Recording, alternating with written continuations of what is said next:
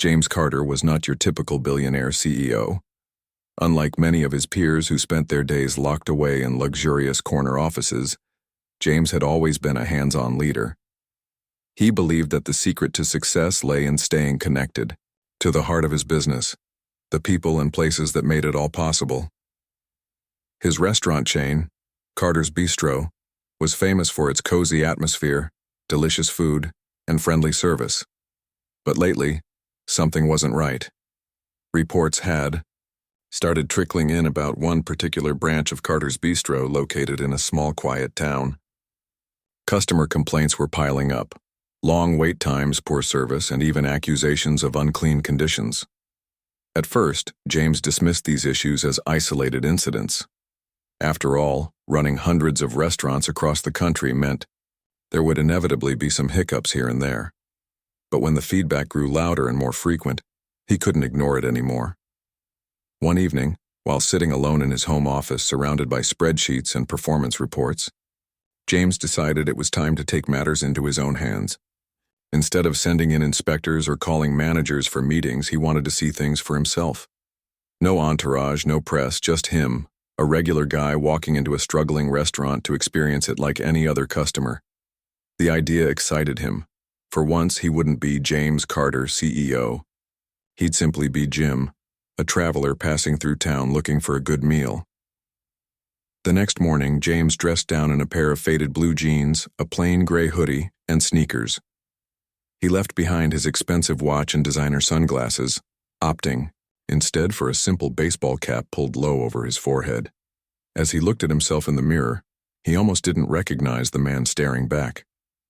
This disguise wasn't perfect, but it would do. With a deep breath, he grabbed his car keys and headed out. The drive to the troubled branch took longer than expected. Nestled on the outskirts of a sleepy little town, the restaurant was easy to miss if you weren't paying attention. When James finally arrived, he parked his car a block away and walked the rest of the distance to avoid drawing attention. The building itself was charming, with large windows and a wooden sign that read, "Carter's Bistro," in bold letters. But up close, the charm faded. The paint on the window frames was chipped, and the parking lot was littered with trash. Clearly, upkeep had fallen by the wayside. As James stepped inside, he immediately noticed the difference between this location and others he'd visited. The air felt heavy, almost suffocating. Conversations buzzed around him, but they lacked the warmth and laughter that usually filled his restaurants. Customers sat slouched in their chairs, glancing at their watches or scrolling impatiently on their phones. A child at a nearby table whined loudly, tugging at her mother's sleeve. It was clear that patience was wearing thin. Behind the counter, the staff moved frantically, their faces etched with exhaustion. Plates clattered noisily, and orders were shouted rather than communicated calmly. James scanned the room, taking note of every detail. Dirty dishes piled high near empty tables, condiment bottles were sticky with spilled ketchup, and the lighting above flickered faintly. None of this was acceptable, not for a business bearing his name. He chose a seat near the middle of the dining area, positioning himself strategically so he could observe both the kitchen and the front-of-house operations. From here, he had a perfect view of everything. The harried cooks working furiously behind the pass, the frazzled hostess trying to manage a growing line of impatient patrons, and the servers darting back and forth like bees in a hive. Each movement seemed rushed, chaotic, and devoid of the care and precision that Carter's Bistro prided itself on. A few minutes later, a young woman approached his table. She wore a crisp uniform, though it was slightly wrinkled, and her apron bore faint stains from what appeared to be coffee spills. Her dark hair was tied back in a loose ponytail, and her face carried traces of fatigue. Yet, despite her obvious weariness, she managed a polite smile as she greeted him. "Hi there," she said, pulling out her notepad. "Welcome to Carter's Bistro. Can I get you started with something to drink?" Her voice was warm, but there was a tension in her tone that James picked up on instantly. He nodded politely and ordered a glass of water, giving himself more time to study her demeanor. Her name tag read Emily, and though she tried to maintain professionalism, her "Aya" Body language betrayed her stress. She shifted awkwardly from foot to foot, glancing nervously toward the kitchen before jotting down his request. When she returned with his drink a few moments later, James thanked her and asked casually, "How's everything going today?" "Looks pretty busy." Emily hesitated, caught off guard by the question. Most customers didn't bother asking how she was doing. They only cared about getting their orders quickly. But something about this stranger felt different. There was an authenticity in his eyes that made her want to open up. It's been better," she admitted with a wry chuckle. "We're short-staffed again and the equipment keeps breaking down. You know how it is." James nodded sympathetically, though inside his mind was racing. Short-staffed? Broken equipment? These were problems that shouldn't exist under his watch. He forced himself to stay calm and continued making small talk, careful not to reveal his true identity. For now, he was just another customer, and he intended to keep it that way until he uncovered the full story. Little did he know the most shocking revelation was yet to come. After Emily walked away to place James's drink order, he settled into his seat and began observing the restaurant more closely. The atmosphere was heavy with tension, a stark contrast to the lively buzz he usually associated with Carter's bistro locations. Customers weren't enjoying their meals, they were enduring them. Some tapped their fingers impatiently on the table, while others exchanged frustrated glances with companions. A man at a nearby booth sighed loudly after waiting several minutes for his check, finally raising his hand to flag down a server who seemed too overwhelmed to notice. James turned his attention back to Emily as she returned with his glass of water. She set it down carefully but didn't linger, clearly eager to move on to her next task. Still, James noticed subtle signs of strain in her movements, the way her shoulders sagged slightly under the weight of her tray, the faint tremble in her hands as she adjusted a napkin holder on a neighboring table. It wasn't hard to see that she was carrying far more than just plates and drinks. Whatever burden she carried went deeper, and James couldn't shake the feeling that it was tied directly to the issues plaguing this branch. As he sipped his water, James scanned the room again, taking stock of the staff. There were only 3 servers visible, including Emily, which seemed woefully inadequate given the number of occupied tables.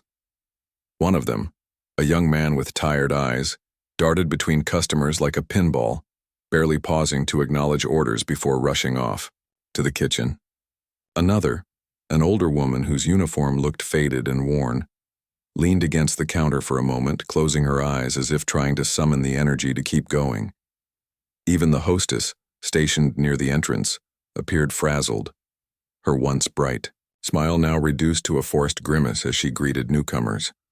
The kitchen, meanwhile, was a scene of controlled chaos. Orders shouted from behind the counter clashed with the clanging of pots and pans. Steam billowed out whenever someone opened the swinging door, revealing glimpses of harried cooks working furiously to keep up. Occasionally, a loud crash would echo through the space, a dropped pan or shattered plate, and the entire staff would flinch as though bracing themselves for what might come next. James winced at the sound, knowing full well that such mistakes often stemmed from fatigue and overwork. Despite the disarray, there were moments when the humanity of the staff shone through. Emily, for instance, paused briefly to comfort a crying toddler at one table, offering a kind word and even fetching a coloring book from behind the counter. The child's mother mouthed a silent, "Thank you," her expression softening for the first time since James had arrived. Similarly, the older waitress managed to crack a joke with a grumpy customer, eliciting a reluctant laugh that lightened the mood ever so slightly. These small acts of kindness reminded James why people chose careers in hospitality. Not for the pay or the hours, but for the chance to make someone's day just a little bit brighter. But those bright spots were few and far between. For every act of compassion, there were countless reminders of systemic problems. James watched as Emily struggled to balance 2 trays loaded with food, nearly dropping one as she navigated around a crowded aisle. When she finally reached her destination, she apologized profusely to the waiting customers, explaining that the kitchen was backed up due to a malfunctioning fryer.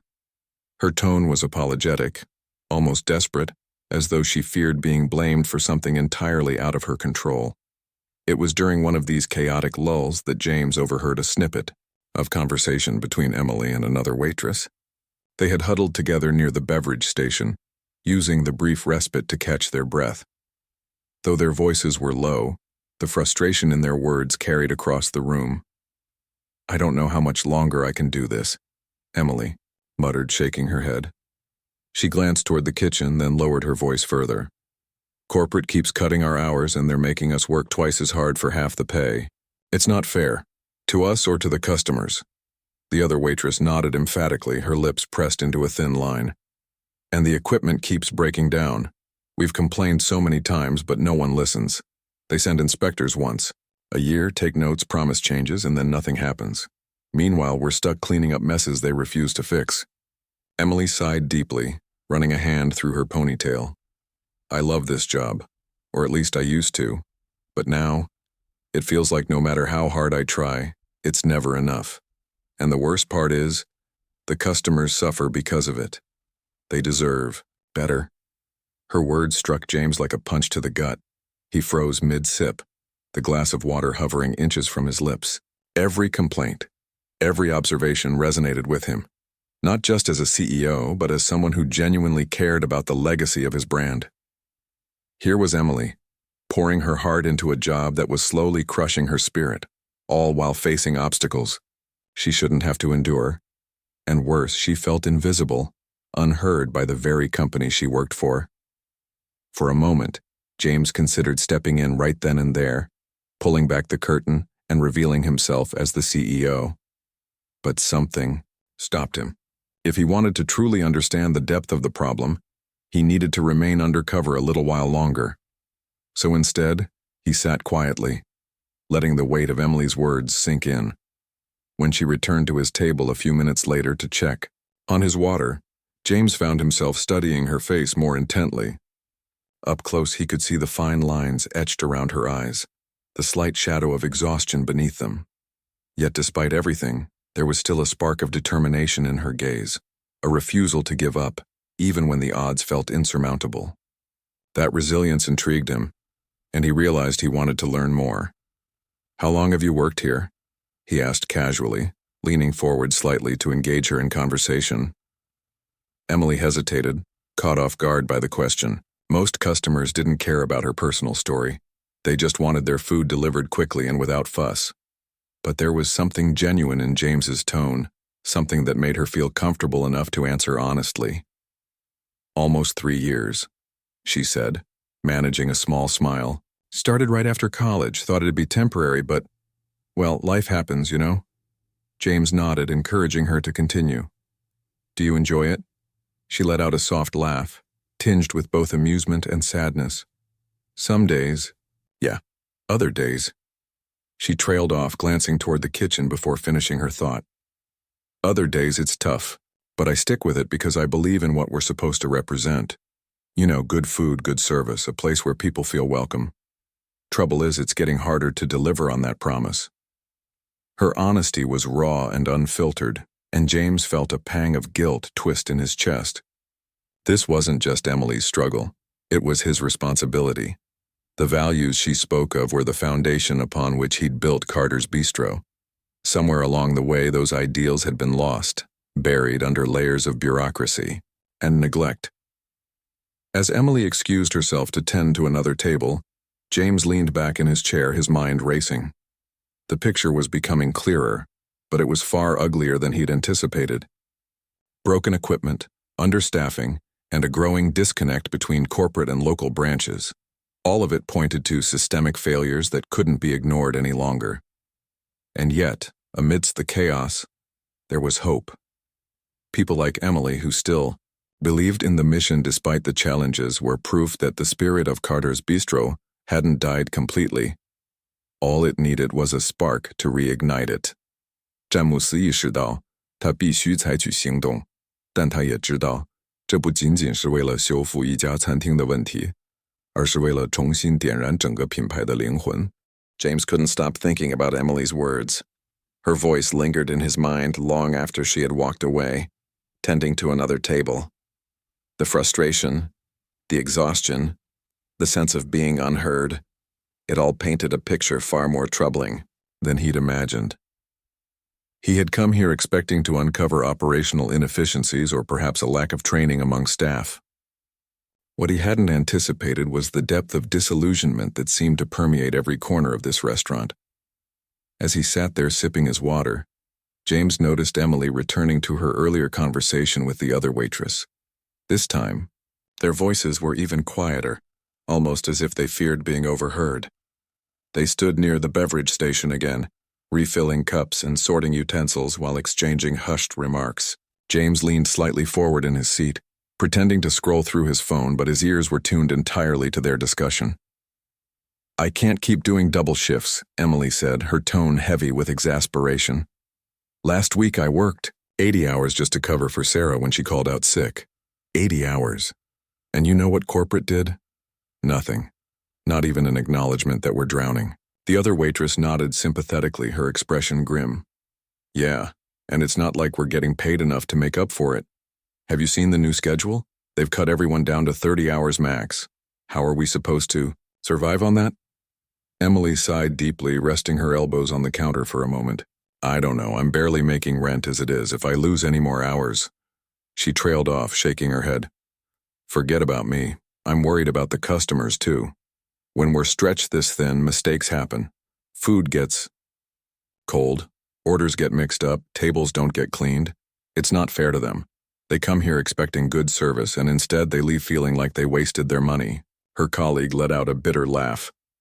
"And let's not forget the equipment issues. That fryer has been acting up for months now. Every time we call maintenance, they promise someone will come soon. Meanwhile, half the menu is unavailable, because we can't cook anything without burning the place down." James felt a knot tighten in his stomach. These weren't isolated complaints. They were systemic failures that had festered unchecked for far too long. The broken fryer wasn't just an inconvenience, it was emblematic of a larger problem.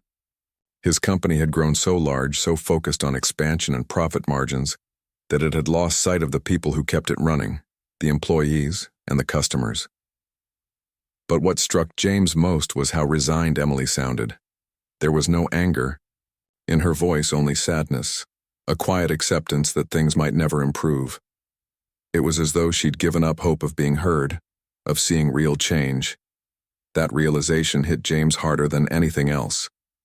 He had built Carter's Bistro on the belief that hard work and dedication should be rewarded, that every employee deserved to feel valued and supported. Yet here was Emily, one of his own, working tirelessly under conditions that bordered on unbearable and feeling utterly invisible. Determined to learn more, James decided to press further. When Emily returned to his table a short while later, he greeted her with a warm smile. "Hey, thanks for checking in," he said casually. "Everything okay back there?" She offered him a polite nod, though her smile didn't quite reach her eyes. "Just keeping busy," she replied, glancing toward the kitchen. "Sorry if things are taking a bit longer than usual. We're, having some technical difficulties." "No worries," James said quickly, waving off her apology. "To be honest, I'm just glad I found somewhere open during my travels. You guys seem really slammed today." Emily hesitated, then gave a small shrug. "It's always like this lately. Corporate keeps tightening the budget, which means fewer staff members to handle the same amount of work. It's tough, but we do our best." Her honesty caught James off guard. Most employees wouldn't dare speak so candidly to a customer, especially one they didn't know. But there was something about James's demeanor, his genuine curiosity and lack of judgment, that made Emily feel comfortable opening up. "You must have a lot on your plate," James said gently. "Do you enjoy working here despite everything?" Emily paused, considering the question. For a moment she looked as though she might deflect with a generic response, but then she seemed to decide against it. "Honestly," she began, lowering her voice slightly, "I used to love it. When I first started, this place felt like family. Everyone worked together and the customers were happy. But over the years, things changed.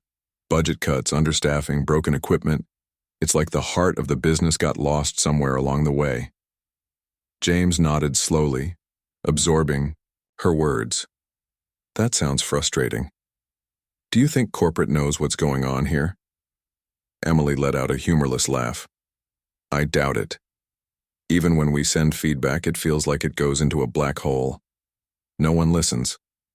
Sometimes I wonder if they even care. Her comment stung, not because it was harsh, but because James knew there was truth in it. Somewhere along the line, his leadership team had become disconnected from the reality of daily operations. Decisions made in boardrooms miles away had real-world consequences for people like Emily, and they were paying the price. Feeling a surge of guilt, James pressed on carefully. What would help make things better? If you could change one thing, what would it be? Emily thought for a moment, her brow furrowing. More support, she said finally. Not just more staff, though that would help. I mean support from corporate. New equipment, better communication, maybe even someone who actually comes in to see what's happening firsthand instead of just reading reports. It's hard to explain these problems on paper. They need to experience it themselves. Her answer resonated deeply with James. She was right. Reports and data could only tell part of the story. To truly understand the challenges facing this branch, and likely others, he needed to immerse himself in the environment, to witness the struggles firsthand. And that was exactly what he intended to do. As Emily excused herself once more to assist another table, James leaned back in his chair, his mind racing. He had come here seeking answers, and now he had them. The problems were clear: understaffing, outdated equipment, poor communication, and a growing disconnect between corporate and local branches. But more importantly, he understood the human cost of those problems, the toll they took on employees like Emily, who poured their hearts into their work despite overwhelming odds. For the first time in years, James felt a renewed sense of purpose. He wasn't just the CEO of a successful restaurant chain, he was a steward of its values, its mission. And if he wanted to restore the soul of Carter's Bistro, he would need to start by listening to people like Emily, who embodied the spirit of the brand. With newfound resolve, James finished his water and flagged Emily down for the check. As she approached, he smiled warmly, grateful for her candor and resilience. Little did she know, her words had sparked a chain reaction, one that would soon ripple across the entire organization. As Emily handed James his check, he took a moment to study her face again. Her expression was polite but weary, the kind of exhaustion that comes from carrying too much for too long. He realized she wasn't just another employee. She was the heart of this restaurant, the glue holding everything together despite the cracks in the foundation. It was people like her who made Carter's Bistro what it was supposed to be, a place where customers felt cared for and employees felt valued. And yet here she was, stretched thin and struggling, with no one stepping in to help. James hesitated before handing her his payment. He wanted to say something, anything to acknowledge her hard work and resilience. But how could he express his gratitude without revealing his true identity? Instead, he settled on a simple compliment. "You've been great," he said warmly as he handed her the cash. "Really appreciate your patience today." Emily looked surprised by the unexpected kindness, her tired eyes softening for a moment. "Thank you," she replied softly. "That means a lot." Her reaction stayed with James long after he left the restaurant. As he walked back to his car, replaying the day's events in his mind, he couldn't shake the image of Emily's weary smile or the frustration in her voice when she spoke about corporate. Every word she had shared weighed heavily on him, not because it painted a grim picture of the restaurant's current state, but because it revealed a deeper truth. Somewhere along the way, his company had lost its connection to the people who mattered most. Back at his office later that evening, James sat alone at his desk, staring at the stack of reports piled high in front of him. For years, these documents had guided his decisions, numbers, charts, and graphs dictating where to cut costs, how to optimize efficiency, and which branches needed attention. But now, they felt hollow, meaningless. They didn't capture the reality of what was happening on the ground. They didn't tell him about Emily's double shifts or the broken fryer that had gone ignored for months. They certainly didn't convey the sense of hopelessness creeping into the hearts of his employees. Frustrated, James pushed the papers aside and pulled out a blank notebook. If he wanted to fix the problems plaguing this branch, and others like it, he needed a new approach. One that prioritized people over profits, empathy over efficiency. He began jotting down ideas, sketching out a plan that would address the issues Emily had highlighted: understaffing, outdated equipment, poor communication, and the growing disconnect between corporate and local teams. But as he wrote, James realized that solving these problems required more than just policy changes or budget adjustments. It demanded a cultural shift within the company, a return to the values that had defined Carter's Bistro in its early days. He remembered those first few years vividly: late nights spent perfecting recipes, weekends devoted to training staff, endless conversations with customers to ensure their satisfaction. Back then, every decision had been driven by a singular goal: to create an experience worth remembering. Somewhere along the way, that focus had shifted. Growth and expansion had taken precedence, and the human element, the very thing that made the brand special, had been neglected. Determined to turn things around, James called an emergency meeting with his executive team the next morning. When they gathered in the boardroom, he wasted no time getting to the point. "We have a problem," he began, his tone firm but measured. "And it's not just with one branch. It's systemic. Our employees feel unheard, our customers are dissatisfied, and we're losing sight of what makes Carter's Bistro unique." The room fell silent as his words sank in. Some executives exchanged uneasy glances, while others shifted uncomfortably in their seats. This wasn't the kind of speech they were used to hearing from James. Typically, meetings focused on quarterly earnings, market trends, and growth projections. Rarely did they delve into the emotional well-being of employees or the quality of customer experiences. James continued, outlining the issues he'd uncovered during his visit to the struggling branch. He recounted Emily's story, emphasizing the toll that understaffing and broken equipment were taking on both employees and customers. "This isn't just about numbers or budgets," he said, his voice steady but impassioned. "It's about people. People who show up every day working tirelessly to keep our restaurants running. People who believe in this brand and deserve better from us." To drive his point home, James proposed a series of immediate actions. First, he announced plans to visit every underperforming branch personally, starting with the one he'd recently observed. He wanted to see the challenges firsthand, to speak directly with employees and customers, and to rebuild trust by showing them that their voices mattered. Second, he instructed the operations team to conduct a thorough audit of all equipment across the chain, replacing anything that was outdated or malfunctioning. Finally, he tasked HR with developing a comprehensive support program for employees, including flexible scheduling, mental health resources, and opportunities for career advancement. The executives listened intently, some nodding in agreement, while others scribbled notes furiously. By the end of the meeting, there was a palpable sense of urgency in the air. For the first time in years, the conversation wasn't centered on profit margins or shareholder expectations. It was about restoring the soul of the company. Over the following weeks, James threw himself into the process of transformation. He traveled to several branches, spending hours observing daily operations, speaking with employees, and gathering feedback from customers. Each visit reinforced what he already knew. The problems were widespread, but so was the potential for change. Everywhere he went, he found employees like Emily, hardworking, dedicated individuals who believed in the mission of Carter's Bistro, but felt let down by the system. One particularly memorable encounter happened at a branch in a bustling city. A young cook named Marcus approached James during his visit, hesitant but eager to share his thoughts. "I love cooking," Marcus said, his passion evident despite his fatigue. "But sometimes it feels like we're setting ourselves up to fail. The ovens break constantly and the prep area is so cramped we can barely move. How are we supposed to deliver quality food under these conditions?" James thanked Marcus for his honesty and promised to address the issue immediately. True to his word, he arranged for a full kitchen renovation at the branch, ensuring that the staff had the tools and space they needed to succeed.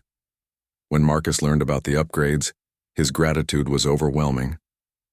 "You have no idea what this means to us," he told James, his eyes glistening with emotion. "It's like you actually care." And that was the key: caring. James understood now that leadership wasn't just about making decisions from afar. It was about showing up, listening, and taking action. It was about recognizing the humanity behind every role, every task, every interaction. Employees weren't just cogs in a machine. They were individuals with dreams, struggles, and aspirations. Customers weren't just transactions. They were people seeking connection and comfort. By the time James returned to the original branch where he'd met Emily, months had passed since his undercover visit. The transformation was remarkable. The once dingy dining area sparkled with cleanliness. The staff moved with renewed energy, and the atmosphere buzzed with positivity. Customers laughed and chatted happily, their plates arriving promptly and piping hot. Even the parking lot looked different, free of litter and freshly paved. When Emily spotted James walking through the door, she froze mid-step, her tray clutched tightly in her hands. At first, she didn't recognize him. He was dressed in a suit this time, his demeanor commanding authority. But when their eyes met, realization dawned on her face. "Wait, Jim?" she asked cautiously, her voice tinged with disbelief. James smiled warmly, extending his hand. "In the flesh. Though I suppose I should introduce myself properly. I'm James Carter, CEO of Carter's Bistro." Emily stared at him, stunned. You're the CEO? But why did you come here? Before, why didn't you say anything?" "I wanted to see things for myself," James explained gently, "to understand what was really going on. And let me tell you, Emily, your words changed everything.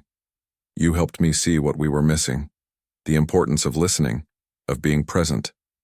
So thank you." Tears welled up in Emily's eyes as she processed his words. "I can't believe this," she whispered. "All those things I said, I never thought anyone was listening."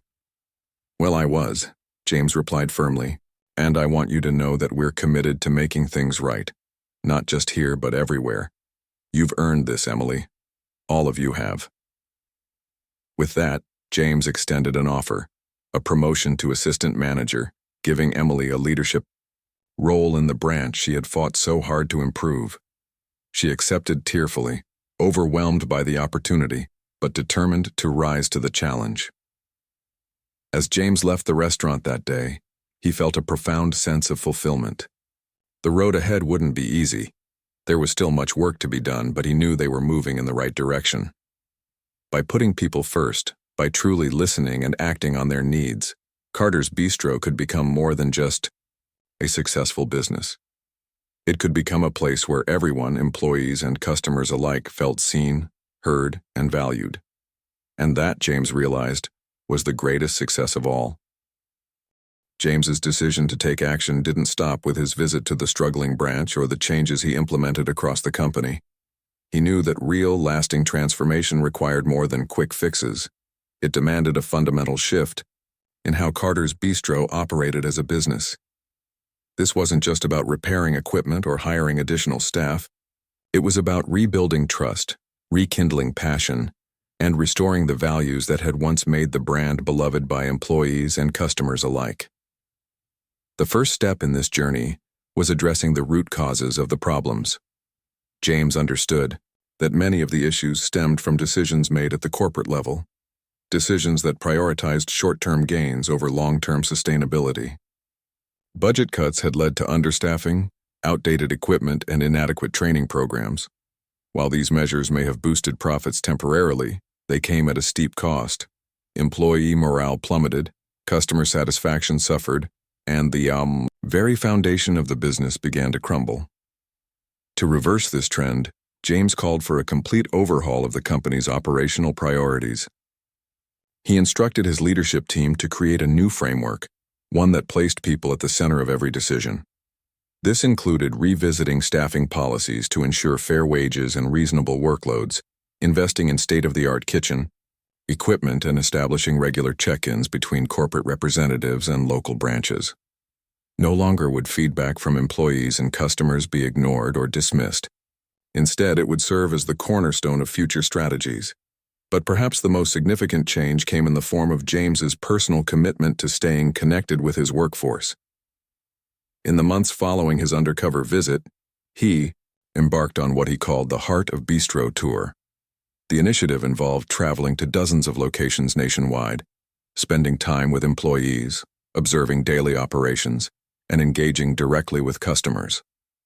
His goal was simple yet profound: to remind everyone, from entry-level cooks to senior managers, that they were valued members of the Carter's Bistro family. Each stop on the tour revealed inspiring stories of resilience and dedication. At one branch, James met a dishwasher named Carlos who had been with the company for over a decade. Despite his role being often overlooked, Carlos took immense pride in his work, ensuring that every plate and utensil gleamed spotlessly clean. When James asked him why he stayed with the company despite its challenges, Carlos replied humbly, "Because I believe in what we do here. Food brings people together, and I want to play my part, no matter how small." At another location, James encountered a server named Priya, who juggled her job with raising 2 young children. She shared how difficult it had been to balance her responsibilities until the recent policy changes allowed her to request flexible shifts. "For the first time in years, I feel like I can breathe," she told James, her voice filled with gratitude. "I'm not just surviving anymore. I'm thriving." These interactions reinforced James's belief that the strength of Carter's Bistro lay not in its financial success, but in the lives it touched. Every employee, regardless of their position, contributed to the larger mission of creating memorable experiences for customers. And when those employees felt supported and appreciated, their enthusiasm naturally spilled over into their interactions with patrons. To further solidify this connection, James introduced a series of initiatives designed to empower employees and foster a sense of community within the company. One such program was the Bistro Voices platform, an online forum where staff could share ideas, voice concerns, and celebrate successes. Within weeks of its launch, the platform became a vibrant hub of collaboration, with employees from different branches exchanging tips, offering encouragement, and brainstorming solutions to common challenges. Another groundbreaking move was the establishment of the Carter's Cares Fund, a resource dedicated to supporting employees facing personal hardships, whether it was helping cover medical expenses, providing emergency housing assistance, or offering scholarships for continuing education. The fund demonstrated James's unwavering commitment to standing by his team during both good times and bad. The response was overwhelming. Employees expressed their gratitude not only for the tangible help but also for the message it conveyed, that Carter's Bistro was more than just a workplace. It was a family. Back at headquarters, James worked tirelessly to align corporate policies with these newfound principles. He convened town hall meetings where employees could ask questions and provide input on upcoming initiatives. He encouraged transparency by sharing detailed reports on the company's progress toward its goals, celebrating wins, and acknowledging areas that still needed improvement. Slowly but surely, the culture of fear and disconnection gave way to one of openness and collaboration. Despite the positive momentum, James remained acutely aware of the challenges ahead. Change didn't happen overnight, and there were bound to be setbacks along the way. Some executives resisted the shift, arguing that focusing too heavily on employee welfare might hurt profitability. Others worried that empowering workers could lead to inefficiencies or conflicts. But James stood firm in his convictions, reminding everyone that true success was measured not by quarterly earnings, but by the impact they had on people's lives. One evening, as James reflected on the progress they'd made, he received an email from Emily, the waitress whose candid words had sparked this entire transformation. Her message was brief but heartfelt. "Dear Mr. Carter, I hope this finds you well. I wanted to thank you again for everything you've done, not just for me, but for all of us. Since your visit, things have changed so much around here. The new equipment has made our jobs easier. The extra staff means we're not constantly overwhelmed, and the support from corporate feels genuine. It's hard to put into words how much it means to know that someone like you cares about people like me. You've given us more than better working conditions. You've given us hope. Thank you for listening. Thank you for believing in us. Sincerely, Emily. Reading her words brought tears to James's eyes. He realized then that the journey wasn't just about fixing a broken system. It was about healing relationships, reigniting passion, and proving that even the largest corporations could prioritize humanity above all else. Emily's gratitude reminded him of why he'd started this business in the first place, to make a difference, however small, in the lives of others. As the months turned into years, the ripple effects of James's efforts continued to spread. Customer reviews improved dramatically, praising not only the quality of food but also the warmth and attentiveness of the staff. Employee retention rates soared, reducing the costly cycle of hiring and training new workers. Most importantly, the spirit of camaraderie and purpose that had defined Carter's Bistro in its early days returned stronger than ever. Through it all, James never lost sight of the lesson he'd learned during his undercover visit. That leadership isn't about authority or control, it's about service. By putting others first, by truly listening and acting with empathy, he had transformed not just a struggling restaurant chain but the lives of countless individuals who called it home.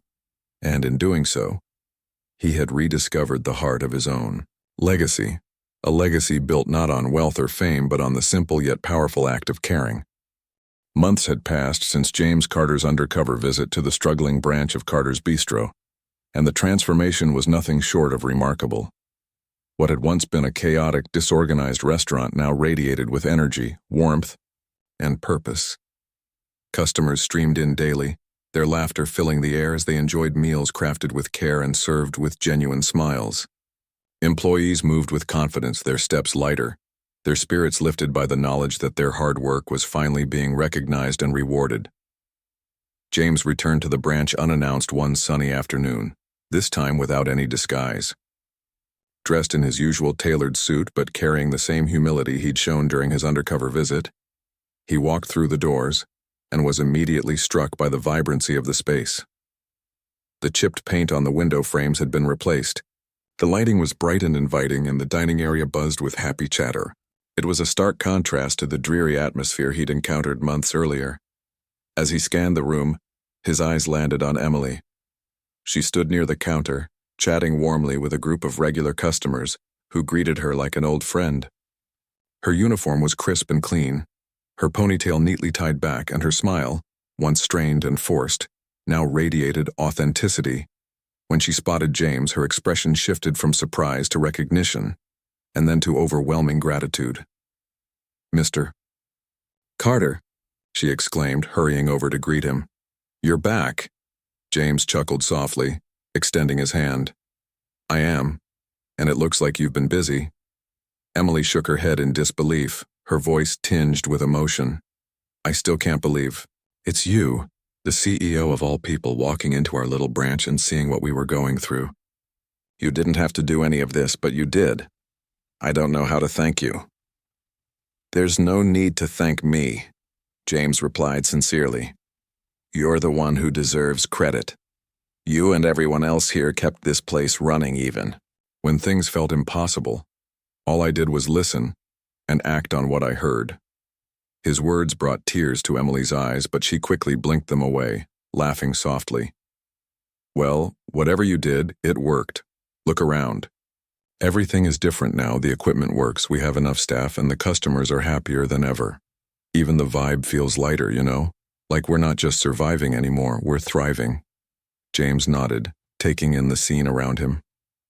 Families shared meals at cozy booths, couples laughed over dessert, and servers moved efficiently between tables, their faces relaxed and content. The kitchen hummed with productivity, the clatter of pots and pans accompanied by cheerful banter among the cooks. It was everything James had envisioned when he first started Carter's Bistro, a place where food brought people together and created moments worth remembering. But the changes went beyond surface-level improvements. James noticed subtle yet profound shifts in the way employees interacted with each other and with customers. There was a newfound sense of camaraderie among the staff, a shared pride in the work they were doing. Servers checked in with cooks to ensure orders were perfect.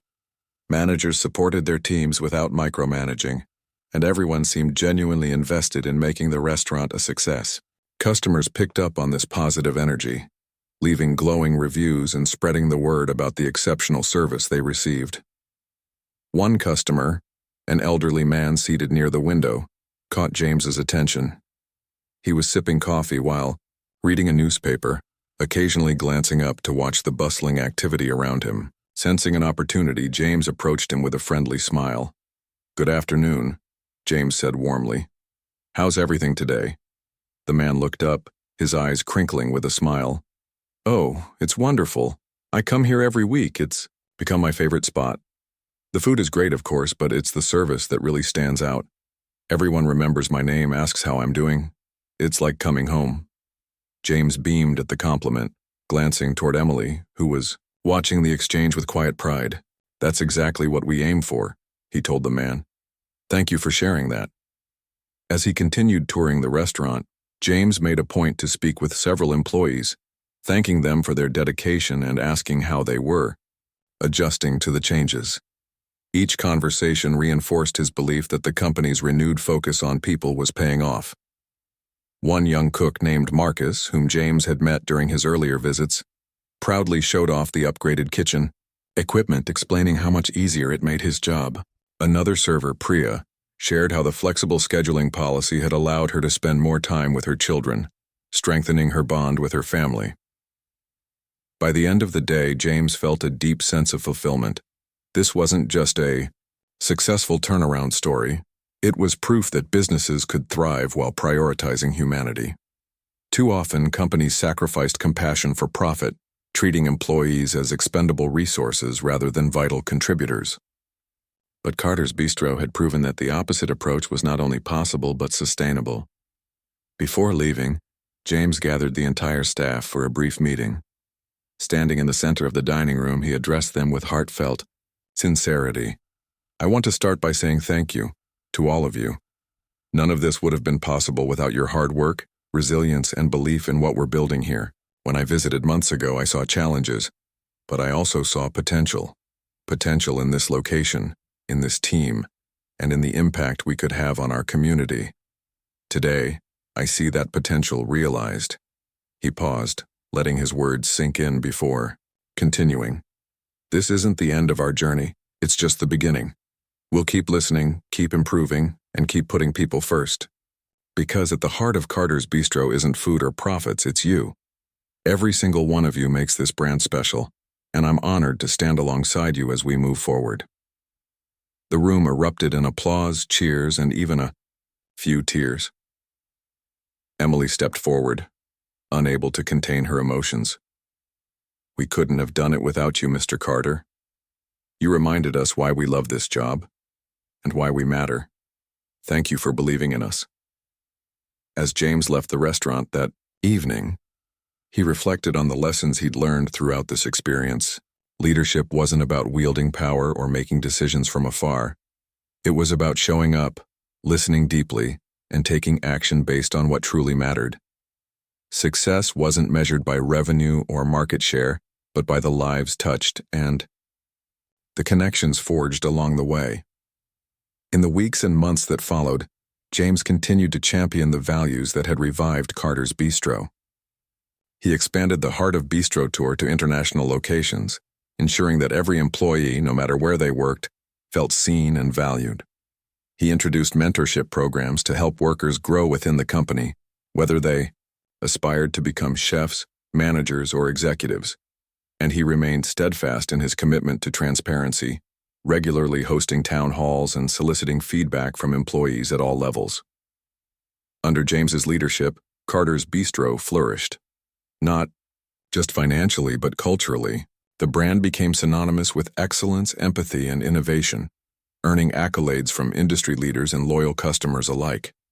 Employees proudly wore their uniforms, knowing they were part of something greater than themselves. And communities embraced the restaurants as gathering places where everyone was welcomed with open arms. For James, the greatest reward was seeing the ripple effects of his efforts.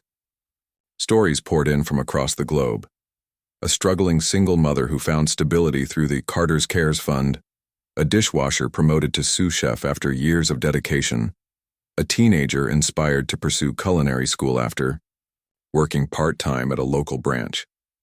These stories reminded him that businesses had the power to change lives, not just professionally, but personally.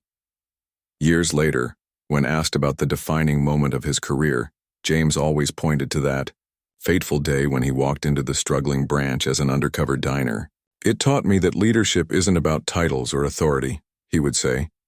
"It's about humility, empathy, and the courage to act on what you learn." That day changed everything.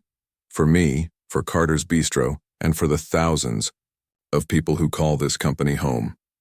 And so, the legacy of Carter's Bistro endured, not as a monument to corporate success, but as a testament to the enduring power of human connection.